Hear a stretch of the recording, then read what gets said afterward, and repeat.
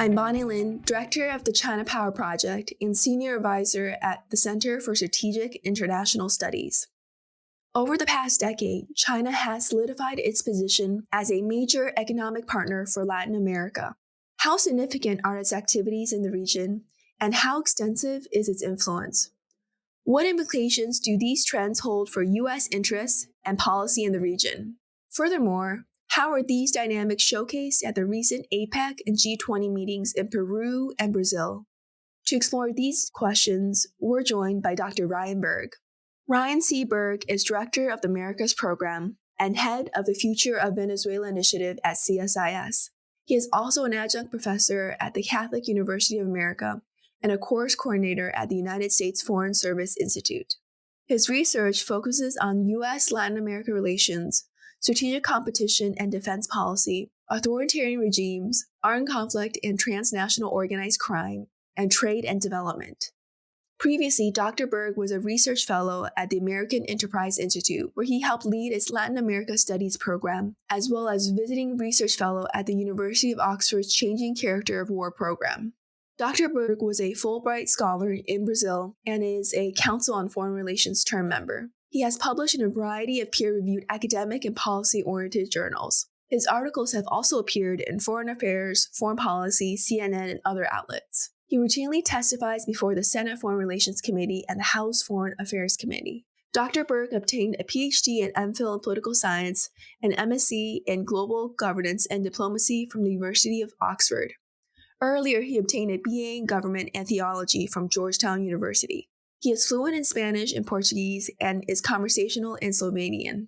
Ryan, thanks for joining us today. Thanks very much for having me, Bonnie. I'd like to start with a question of how important is Latin America globally and why should we care?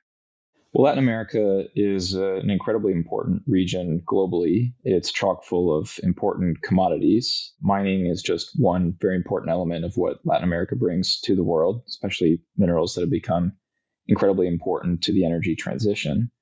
Energy production and the production of green energy in particular is a specialty of the region. If you look at the region's energy grids and its matrix, they're all incredibly clean, and the region will likely become an exporter relatively soon of some of these green technologies and green energy. If you look at the resources, the natural resources that the region is blessed with, much of the world's forests, clean water comes from Latin America. Latin America is home to a couple countries like Brazil and Argentina, Mexico, that are going to be important players in shoring up global food security. It's also a really important region when it comes to the so-called Global South. This is a block of countries that are the most democratic of any in the developing world. 32 of the 35 countries in the Western Hemisphere are democracies. So the democracy piece is down, and they play an important role in these South-South ties that China likes to develop. And when you look at Latin America from the U.S. perspective, how central is the region to U.S. interests, whether that's on the security, economic, or political front? And from your perspective, how much do we prioritize the region? So Latin America is extremely important for our strategic interests. I think it's safe to say that we've been practicing what I would characterize as strategic neglect for decades now, thinking that we are really the only game in town when China has shown us that that's clearly not the case. Latin America has important historic, linguistic, migratory, and development links to the United States.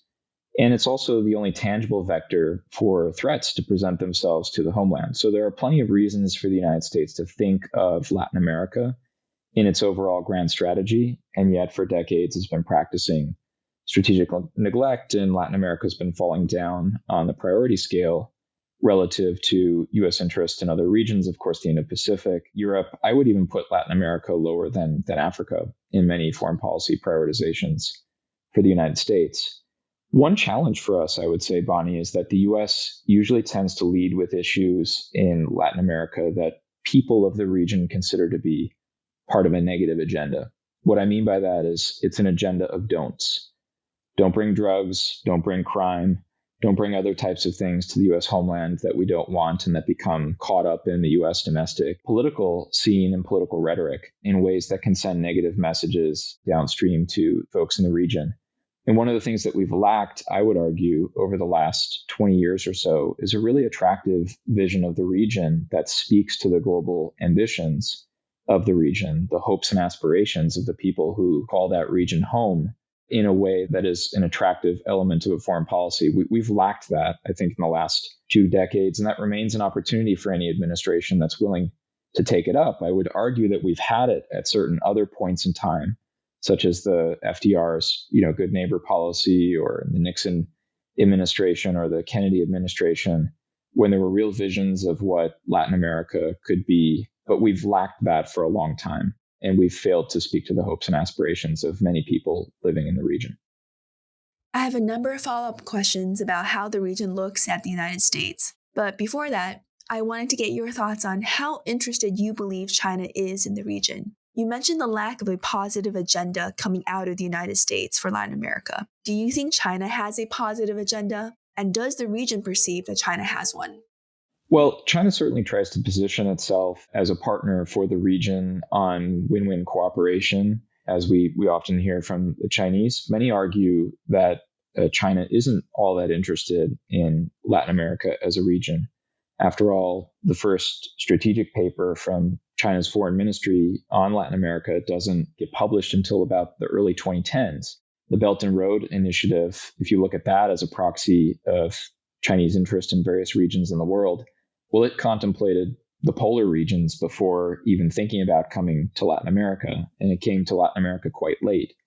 But since then, since it first came to Latin America in 2017, we've had 22 countries join China's BRI. The region has remained non-aligned in a lot of hot-button global issues, like the war in Ukraine and the conflict in Gaza, while also taking part in some of the world's alternative visions of global order. Obviously, we all know that Brazil is a major part of the original 5 BRICS members, but there are also other important institutions that Latin America has spawned, like CELAC, the Community of Latin American and Caribbean Nations, where China has its own dialogue with that grouping, and specifically it prefers to work with that grouping because it doesn't include Canada and the United States. And then there's also the angle of Taiwan recognition. 7 of the remaining 13 countries that still recognize Taiwan diplomatically are in the region. You've got Guatemala and Belize in Central America, you've got Paraguay in South America, and then 4 Caribbean countries, Haiti, St. Lucia, St. Vincent and the Grenadines, and St. Kitts and Nevis, all still recognizing Taiwan. And so insofar as reducing Taiwan's global influence is a major goal in Chinese foreign policy, Latin America is really ground zero for that. So against those who argue that Latin America is not all that important, for China, I would push back and say I think it's very important for China for those reasons that I've just outlined, and also the fact that the Chinese have found a significant level of economic complementarity with quite a few economies in Latin America. Latin America is playing a very important role for mainland China in terms of shoring up its food security, its commodity needs, and other things that the region seems to have that China wants. In terms of China's presence and activities in Latin America, some of what you indicate, including increased Chinese interest in Latin America for BRI since 2017, indicate more activities under Xi Jinping's leadership of China. Have you seen Xi Jinping, aside from his most recent trip, take trips to the region? And have you seen that he is personally vested in the region? Well, I do think that Xi is personally invested in growing China's presence in the region. I think it does a number of things for China. I mean, it sends a message to the United States that China can play in what has historically been considered to be a sphere of influence of the United States, known pejoratively in the United States as our backyard. But the other thing is that Xi has been in the region. Prior to COVID, he took a couple trips to the region. His last trip before COVID was in 2019. And then his first post-COVID trip was this recent one to Peru for the APEC summit and to Brazil for the G20. Notably, in terms of presence in the region, Xi has been in the region as much as U.S. presidents have been in the region over the past 2 administrations. So if you take 8 years of Xi and you say, okay, there was one pre-COVID visit, directly pre-COVID visit, and then one post-COVID visit, that's the same number of visits in the Trump plus Biden eras combined. Trump took 1 trip to the region. It was for G20 in Argentina. Biden did the same recently for APEC in Peru and the G20 in Brazil. So you have over 2 U.S. administrations, essentially the same number of presidential visits to South America as Xi, that from a Latin Americanist perspective in the United States is simply not enough attention to the region when the Chinese president, who has much further to travel than the U.S. and historically has less connectivity between his country and the region, is taking just as many trips as the U.S. president. And below Xi Jinping, when you look at it from, I guess, more of a functional divide, how would you characterize most of the Chinese presence or activity in the region? Is it mainly for economic purposes? I think obviously there's also concern of growing Chinese military presence in the region or military activities in the region. How would you describe China's overall presence, and how has that changed since compared to about a decade ago? Yeah, I think we need to look at this in phases. And I think that's how the Chinese have looked at their relationship with the broader region. I would outline 3 distinct phases of China's approach to the region. And then I would kind of put a question mark next to what might be the 4th phase, where we don't really know where it's going.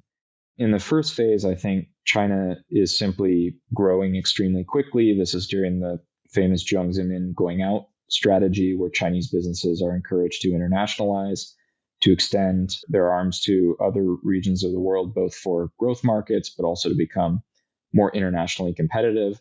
This is the period of time in the late 1990s and early 2000s when China finds a lot of economic complementarity with Latin America and the Caribbean. Simply put, what the region has in terms of raw goods, commodities, and the contribution to global food security is what China needed at that time. As you well know, Bonnie, China has to feed 1.5 billion people with only 10% of the world's arable land.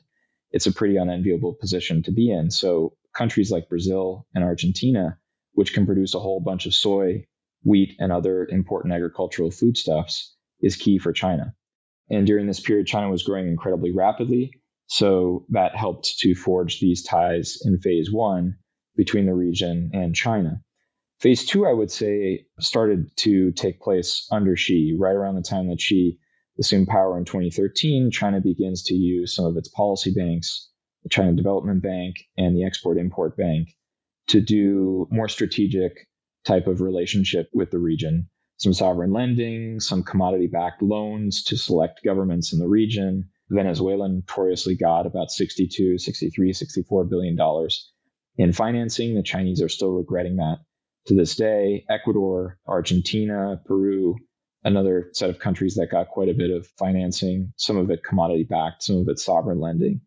And then in phase 3, you have the start of the BRI, the signature foreign policy and economic development program.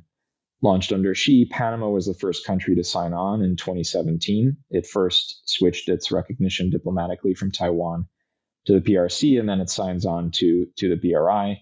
Since then, so in a little over 6 years, you've had 22 countries of 26 eligible in the Western Hemisphere join the BRI. You assume Canada and the U.S. don't join, right? There are 35 countries in the Western Hemisphere. Assume Canada and the U.S. are not going to join anytime soon. That's 33. I mentioned in one of my previous answers that 7 countries still recognize Taiwan. Obviously, a prerequisite of joining the BRI would be to switch your diplomatic recognition. So we say there are about 26 countries that are eligible to join the BRI at this time. And in just over 6 years, you've had 22 of them join. I'd say that's pretty significant progress for China's signature Belt and Road Initiative. And phase 4 is really the question mark. What comes next as the BRI itself becomes less of a focus of Chinese foreign policy and engagement with the global South? What's the next phase, right? Xi has said that he wants the Belt and Road Initiative to continue, but he wants it to be, it's going to be smaller, but it's going to be more beautiful. In his words, what does that exactly mean for Latin America? We don't really know. And to what extent do Latin American countries participate in some of these other signature Chinese initiatives like the Global Development Initiative, the Global Security Initiative, the Global Civilization Initiative? It's unclear to what extent those are going to be attractive to Latin American countries. But up to this point, there's certainly been that economic complementarity, quite a bit of lending to the region. And then the BRI piece, of course, speaks to the region's need to build infrastructure, to continue growing economically, and to meet that infrastructure investment gap that it's suffered from for so many decades. And Ryan, what about China's military ties or military presence and activities in the region? I would say, Bonnie, that this is a more recent phenomenon. The thing with China and military and defense cooperation in the region is that it's battling a very significant competitor in the U.S. in this space for many, many years. And still, Southcom, Southern Command, is seen as the preferred security partner. The U.S. does security assistance in the region pretty well. It's had long-term bipartisan programs in Colombia, in Mexico, and a couple other countries. So for now, the U.S. is still in the lead on defense and security cooperation, but I would argue that the Chinese are making strides in this area. We produced a paper last year called Paper Tiger, or Pacing Threat, which looked at the Chinese security and defense cooperation presence in the region. The Chinese are doing a number of things to compete.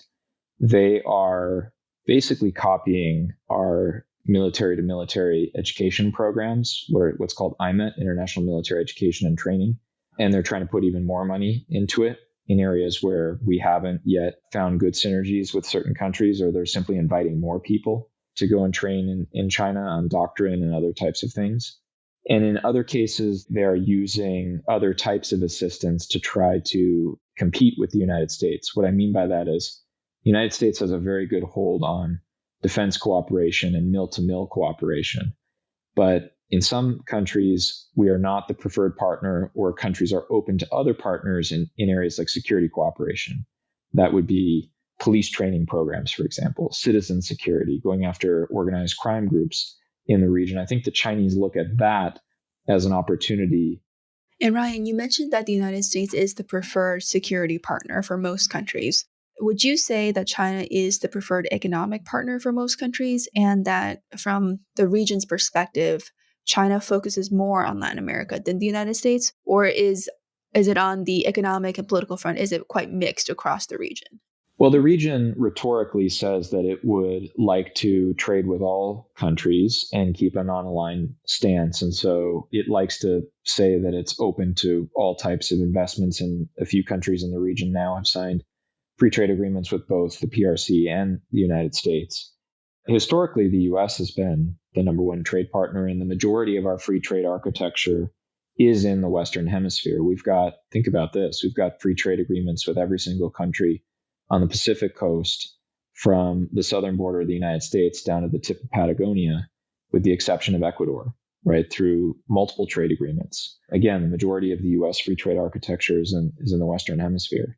But there is this feeling, I think, in the region that China has prioritized it in the last 2 decades in a way that the U.S. hasn't. The U.S. has signed a bunch of free trade agreements, but in countries like Peru and Chile and Colombia, there are conversations going on now about renegotiating some of those agreements because countries feel as though they didn't get the full set of benefits that they expected from them, and they would like to renegotiate them in ways that could be more favorable either to those countries or to some of the social outcomes that they had hoped would be the benefit of those free trade arrangements. So I don't know if we can say that countries prefer to trade with China over the United States. Certainly in my travels throughout the region, countries are well aware of the dependencies that China creates and the way it looks upon dependencies as sources of economic leverage. Countries in the region are not naive to how China has used economic dependency as leverage against countries like Australia, Lithuania, South Korea,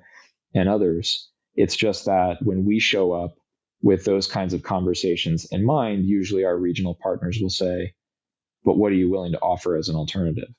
And that's when things get a little bit more difficult, Bonnie, because we simply haven't opened up the toolkit in the way that I would like to have a full strategy for combating, China's burgeoning influence in the Western Hemisphere. And so left with this void, a lot of countries have no choice but to take the Chinese offer because it's the only offer. So from your perspective, the U.S. remains the preferred security partner and has significant historical, economic, and political connections with the region. But most countries sense that China provides more opportunity. Is that a correct assessment of where the balance is? I think it's fair to characterize it that way, Bonnie. And I think the thing that I would add is the reason that a lot of countries see China as an opportunity is that they're quick to deploy capital. They can move quickly on infrastructure. They can get shovels in the ground much faster than the United States, if the United States is even interested in getting shovels in the ground in the first place.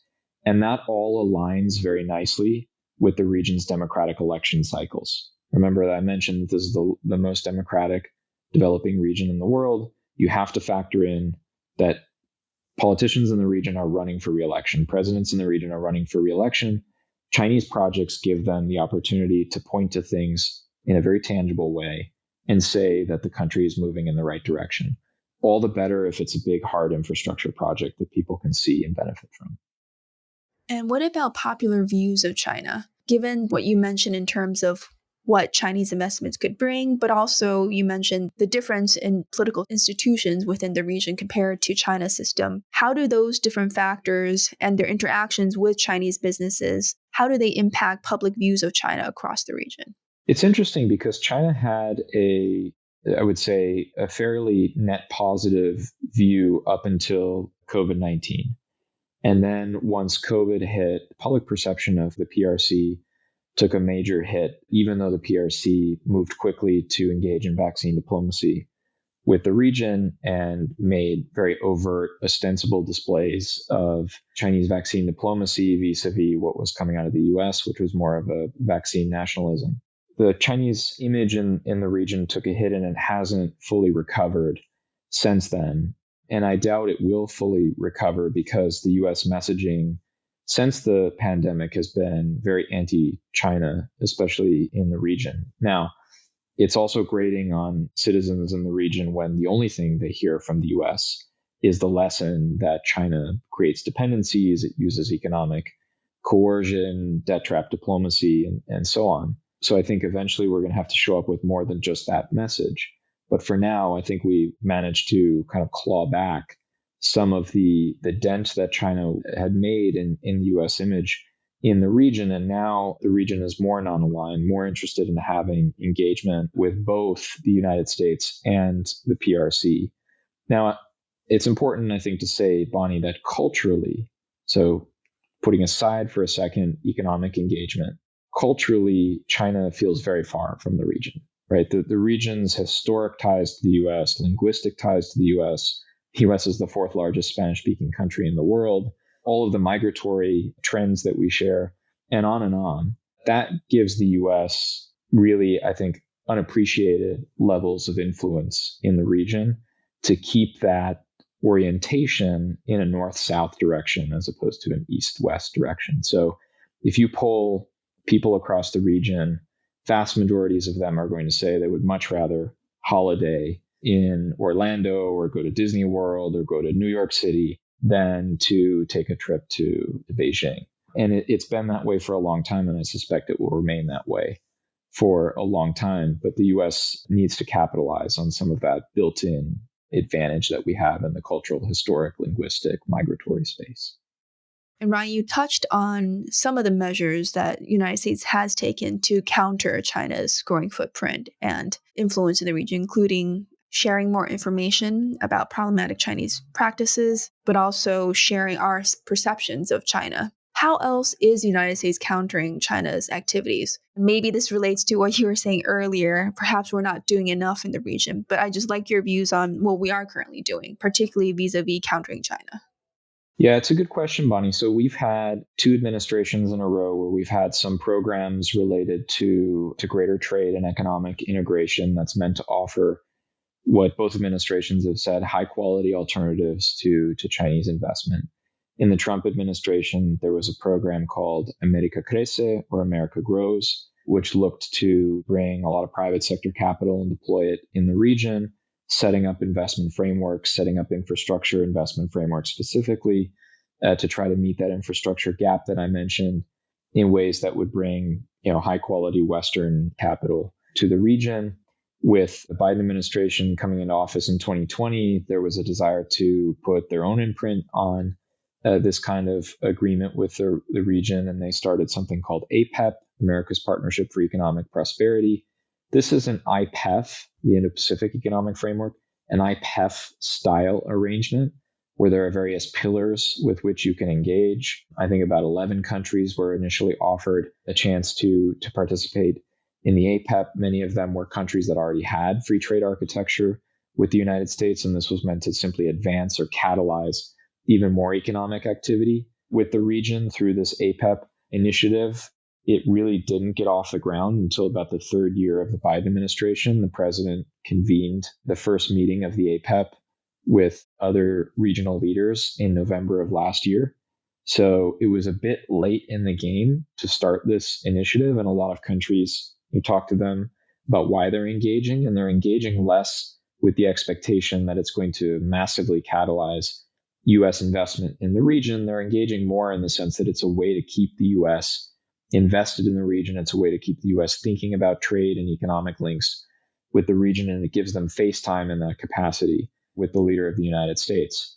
I expect that the Trump administration, the incoming Trump administration, will have, again, its own version of how to engage with the region. It's probably going to feature a lot of Development Finance Corporation lending. It's going to feature some assistance from the American Development Bank, perhaps some assistance from USAID. But by and large, Bonnie, we just haven't found a way in either a recent administration to compete, dollar for dollar, pound for pound with the PRC in a way that grabs the region's attention. I think the region is looking at domestic politics in the United States, and they're quite worried about the inability of some of these programs to carry forward beyond, say, 4 or 8 years in a way that can really be sustainable, something that they can engage with long term and guarantee the type of investment that they're looking at.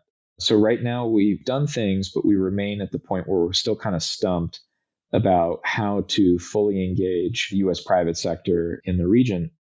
So Ryan, having our allies and partners in situations in which the United States is providing most of the security or is a preferred security partner of the region, but China has somewhat of an edge on the economic side, particularly in terms of larger scale investing as well as the general trade relationship. That's not new. We see that across the board, including in the Indo-Pacific. I'm just wondering what makes situation particularly difficult in Latin America may be that perhaps the security cooperation that we're providing, would you say, is not as important as the desire for more economic investment, economic deals? Like how do countries in the region balance what they're getting from the United States versus China, and which do they view as more important right now? Yeah, it's a great question, Bonnie. I think while the U.S., of course, argues that the security assistance should be of top concern, I think it's fair to say that many countries in the region find the economic development piece to be the most important. If you look across the region, there are very few high-income countries. There are a few OECD members, Costa Rica, Chile, Mexico, and they have attained upper income status. But for the most part, the region is middle income countries by World Bank definition, which means that they're stuck in a kind of middle income trap where they want to get their GDP per capita out of, say, the $5,000 to $7,000 or $8,000 per year range, and they want to get into that upper income category. And they've been frustrated for a few decades now that they've done the types of things that generally lead to greater economic development. They've democratized, they've tried to build institutions, they have regular elections, they've tried to build better regulatory environments, and some countries remain rather stuck.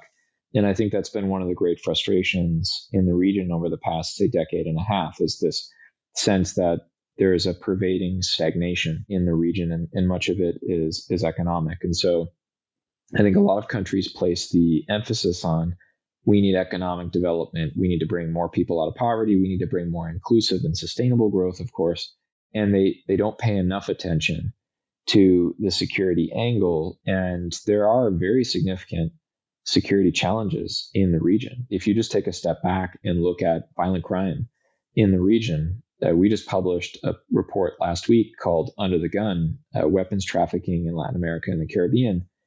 The region is only 8% of the world's population. It's about 650 to 700 million people, but it represents a third of global homicides, right? This is not the kind of attractive headline that you want to bring more investment to your region. And it's not just that this activity is taking place in certain pockets of certain countries and can be avoided by those who are thinking about foreign direct investment and other development initiatives.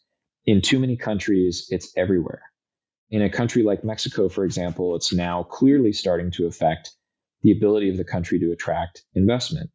Under the López Obrador administration, there were almost 100,000 cargo hijackings on Mexican highways and railways in his 6-year term, right? That's unsustainable, Bonnie. That is a clear deterrent to investment, and it's a hard security issue that doesn't have to do with the inability or lack of interest in investing in a country like Mexico.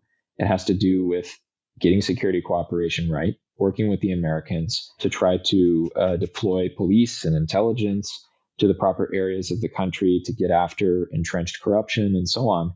But if we neglect that, we get that kind of situation proliferating in too many countries around the region in ways that then start to affect the investment picture and the willingness of companies and countries to invest their capital in these types of environments when there are other places they could put their money and make money. So I would argue that the security picture is fundamental or integral with plenty of nexes to the financial and economic picture, but countries, given a binary choice between the two, have generally tended to prioritize the economic over the security, and thus kind of the China angle to development and economic partnership over the U.S. angle to security cooperation. And speaking of the China angle to economic development, I'd like to get your thoughts on Chinese leader Xi Jinping's visit to the region recently to attend both the APEC and G20 summits.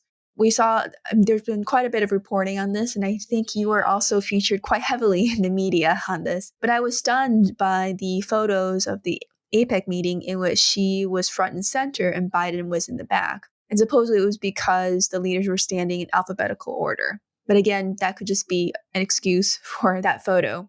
How do you assess Xi's recent trip to the region? And do you think his recent trip broke any new grounds or really significantly advanced China's presence as well as influence in the region?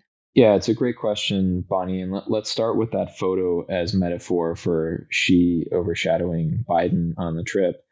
While it looks as though, in fact, it is alphabetical in terms of the ordering of the leaders at the APEC meeting, I think it's still quite metaphorical that Biden was in the back row and Xi was in the front row, right next to Peruvian President Dina Boluarte. He did, in fact, several weeks ago inaugurate the Chancay megaport, which is a signature BRI infrastructure project in the region. It's something that goes back to 2016 when they first started talking about it, and then was signed under a BRI framework. Later, this is something that's going to enhance connectivity, the Chinese say, with South America. It's supposed to shorten the trip of important commodities and foodstuffs by about 10 days. Currently, out of the port structures that exist in the region, things have to leave out of Colombia or out of Chile. They generally have to go to Mexico or to LA first before they can then continue on to mainland China. With the Chancay port, they'll be able to go directly to mainland China. And they've also engaged in certain cabotage agreements with other ports in the region. What that's going to mean is that things can load at those ports, go to Chancay for transshipment, and then avoid some of the paperwork that would otherwise have to occur at Chancay in order to tranship those goods to mainland China. So they've effectively been able to write out or to remove the need to go to Mexico or to go to LA before going to mainland China. And then they're creating greater connectivity with some of the other ports that they run in Latin America. And the fact that this was probably the main reason why Xi went to APEC this year was to inaugurate this port is a pretty big deal. Getting back to my point before, Bonnie, about security, you will note that Xi inaugurated the port in Chancay virtually. And the reason that he inaugurated it virtually is that there has been a number of security incidents in Lima and in the surrounding areas around Lima, where the Chancay port is located, such that buses have been hijacked, cars have been hijacked. The local government has actually declared a state of emergency. And so they've decided that the best thing to do was to inaugurate it virtually, as opposed to going out to Chancay, which is just a small fishing village that is now going to get this influx of Chinese capital and Chinese workers and Chinese investment. So that was a huge part of the visit. And it was another way for Xi to signal to the region that we haven't forgotten about you, even though BRI is slowing down and the future of BRI is still in question. We are still willing to carry out some of these strategic investments in the way that the U.S. hasn't yet done so. And this port is going to be something we're talking about for probably a decade or two to come. It's that important in terms of connecting mainland China to a lot of countries in South America. It's not just Peru that will benefit from this. The other countries that have ports on the Pacific side, and then countries like Brazil are talking about building road infrastructure out to the port so that they can get goods through Chancay as well. The visit was significant in Brazil as well, in terms of advancing China's position for two reasons. First, after the G20 summit, the Biden and Xi governments were both offered, and this is according to the Brazilian government, both leaders were offered the chance to stick around and have a state visit with Brazilian President Lula da Silva. The United States allegedly told Brazil that the president can't fit another day in South America in his schedule. He flew home on the 19th of November. She stuck around on the 20th of November for a state visit. So another perfect example of how presence matters and how the lack of ability and desire of U.S. presidents to spend time in the region is hurting the U.S. cause in advance of our strategic interest. At that state visit, Xi and Lula unveiled a number of agreements that I think were notable. I won't highlight them all here, but I think the most important one to note is actually a loan from the PRC to Brazil's domestic development bank, which is called BNDES, and it's being done in renminbi, right? So this is all, it hits on China, the important part of China's strategy of internationalizing its currency. It speaks to Brazil's desire to do more deals in currencies outside of the US dollar. It speaks to the BRICS leitmotif of doing more outside of dollar denominated frameworks. And it's a significant line of credit for domestic Brazilian development projects through its National Development Bank. So those types of agreements were signed at the state visit. I wish Biden would have stuck around and had an equal number of things to sign and to present to Lula. But unfortunately on this trip, I think Xi got the best of the U.S. presence, and it seemed in both locations, Bonnie, the U.S. was overshadowed by the PRC. And Ryan, could you talk a little bit about what President Biden did bring to the region? I read it was Apache helicopters for security purposes, or what did he actually bring? That's right, Bonnie. So there were some critical materials in the security cooperation domain. The Apache helicopters got the headlines in the news stories. There was also Biden, the day in between APEC and G20, he went to Manaus, an important city in the Amazon, and he had a meeting with indigenous tribes in the Amazon, promising greater U.S. cooperation on environmental preservation. He also promised, I think it was $50 million for the Amazon Fund. I don't know that he can actually produce that money before he leaves office, and I doubt that the incoming Trump administration has an interest in following through on that promise.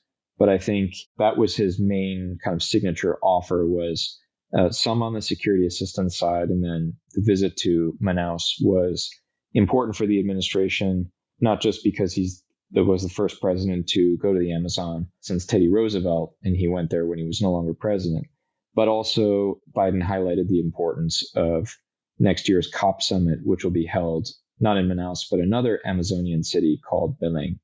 So it seems like, Ryan, in terms of the dollar value of what President Biden bought, what we bought was in the tens of millions, whereas the Chinese were inaugurating a 3.6 billion port?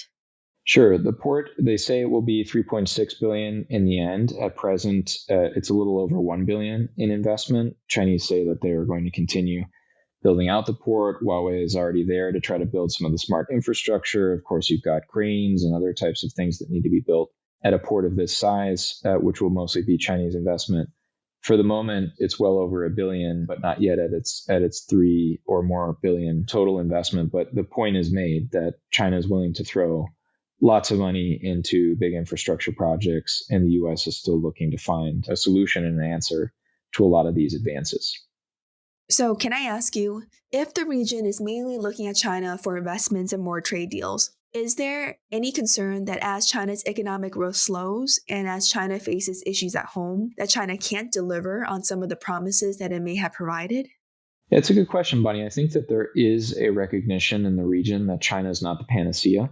And quite a few countries, even though they're China friendly, especially in economic relations, understand that China can't be the entire answer. And that's why you hear so many countries talking about diversification of partners, non-alignment as a way that the region can build a kind of foreign policy doctrine that allows it to work with all sides. There's also been significant interest in engaging not just Europe, but also other Asian partners. The Japanese are pretty well invested in Latin America. If you look at Japanese FDI flows over the last 10 years, they're pretty strong. South Korea is getting quite interested in investing in some sectors in the region. Actually, Taiwan, in a number of countries, even those that don't recognize Taiwan formally, Bonnie, has a presence in a very kind of subtle way in some important sectors. So I think the region understands the importance of diversification and also not betting too much on China. But for now, I think it feels as though in some of these industries and also in the large infrastructure space, China is the only game in town. I will say this, one of the other things that the PRC has talked about, and especially Xi, has been what he calls new infrastructure, investing in areas that, frankly, the U.S. should be competing in. It's not the large infrastructure areas where we're having trouble deploying capital, but areas where the U.S. is frankly quite dominant. AI, telecoms sector, university cooperation on science and technology, cloud computing, robotics. These are the types of things that China is now leading with in some of its investment schemes in the region, and the region is happy to cooperate on those things too. But those are areas where the U.S. has a lot of strengths, and we should definitely be competing in a more vigorous fashion there because that's actually playing on our home turf. Semiconductor cooperation, artificial intelligence, cloud computing, telecommunications sector, these are areas where we compete very effectively, much more so than the build out of large infrastructure projects. And one more question, Ryan, on U.S. versus Chinese influence in the region. Is there a sense that even though the United States is the preferred security partner, and we're trying to help countries deal with their internal security issues, but the region isn't doing better domestically on dealing with crime, violence, and other issues? In other words, the United States is not that successful. Whereas in terms of China's investment, they're more judged by if the road or the port that they promised have been built. In other words, Chinese development projects may not always be complete or successful, but it's more tangible and concrete. I think that's right, Bonnie. In general, there have been certain cases that we can point to as kind of archetypal cases of Chinese development gone wrong, and I'll get into one or two of those in a second. But in general, I think the Chinese have benefited from the perception that their partnership is bringing value to the region because it's very tangible. You build a bridge, you build a road, you build an airport, you build a port, and it's very visible. Even if it's not, a perfect port, a perfect airport, a perfect road, it's still better than not having that in the minds of many in the region. Security cooperation is a much more difficult thing to success in that area is a much more difficult thing to quantify. It's a much more difficult thing to see. And also, frankly, the challenge is so much harder. I mean, security as an issue is such a deep area of study. We're still figuring out certain things about, what causes so much violence and insecurity in the region that I think it's inevitable that, there are going to be mixed results of U.S. security cooperation in the region. And there's also just such a kind of sui generis element to it. Like what makes Mexico insecure is not the same thing as what makes Ecuador or Colombia insecure. And so whereas, a port might be built the same way in two different countries, security cooperation and security assistance cannot be. I think the U.S. is just playing a more difficult game than the PRC is. And of course, we suffer the consequences of that. I also think that the fact that the U.S. hasn't been successful in all cases of security cooperation, by the way, I would argue that we have been successful in certain cases. The partnership with Colombia has been fundamental to remaking Colombia as a modern 21st century country capable of defending its own sovereignty against guerrilla groups in the country, which plagued that country for a long time. I would argue that there are certain qualified successes we've achieved in bilateral security cooperation with Mexico as well, even though there's still much work to be done. But some of the perceived failures of those overall security cooperation programs are what has allowed the Chinese at least a slight door ajar to be able to come in and point to the lack of success of U.S. policies and say, why don't you try Chinese security assistance? By the way, we're safe and secure at home through all these initiatives that we have, through smart cities, through other uses of technology. we can send that technology to you, and you can see if it works for you. That's one thing. The part that I also said I would mention, Bonnie, is there's been plenty of stories in the region of bad Chinese development projects. It hasn't been simply success after success after success. Much as it's been in other developing regions of the world, there have been these kind of archetypal cases of things that the U.S. can point to time and again to show nightmare projects. I think the best one and the real tragedy in the region is the Coca-Cola Sinclair Dam in Ecuador, which, as of this podcast recording, probably has more than 20,000 cracks in it and continuing to grow more cracks by the day. It doesn't generate the type of electricity that this hydroelectric dam was supposed to generate. It is causing environmental damage in indigenous areas in the country. And the Chinese company that built it, Chinese Sinohydro, is under all sorts of investigations in the region for shady practices. There are several presidents who stand accused of taking money on the back of this deal. And so that is just such a typical project that we can point to and say, this is what Chinese development initiatives under a BRI lens look like gone wrong. It remains to be seen whether Chancai or any of the other projects we've talked about in this podcast fall into that category. But it's not an unqualified string of successes for the PRC as well. They've made plenty of mistakes, and those mistakes have been well publicized by the U.S. government and well tracked. Excellent. Thank you so much, Ryan. I'd like to ask you one more question to wrap up this podcast. You talked about the 4 phases in China's outreach to the region and what is currently shaping up as a potential 4th phase. What are you most worried about in terms of China's growing influence in the region? And what should the United States do about it?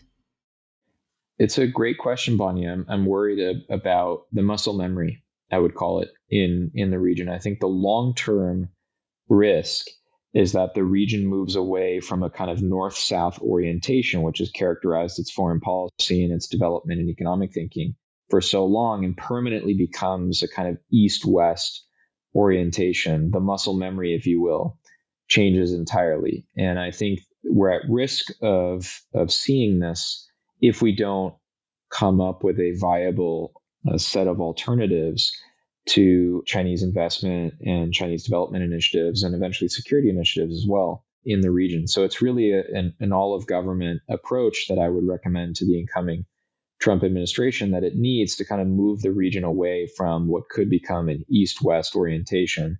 When if you look at this region, you look at the historical, linguistic, migratory trends and connections to the United States, you would see there's no reason that the Western Hemisphere shouldn't be north-south in its orientation, shouldn't be incredibly linked through all sorts of initiatives to the United States. And yet this strategic neglect that we've been practicing for so long may well lead the region to change its entire wiring, its entire muscle memory, if you will, to look to China for the solutions on most of its challenges. So unfortunately, it doesn't fall into any one kind of neat category of concerns or neat policy recommendation. It's really an overall recommendation. We need a strategy to push back on burgeoning Chinese influence in the region, and we need one that is realistic. What I mean by that, Bonnie, is there are some scholars that suggest that China can simply be extricated from the region. I think that's a bit naive. I mean, China has rapidly become the region's second largest trade partner. And if you take out Mexico, of course, all the trade flows between the U.S. and Mexico, it emerges as the region's number 1 trade partner.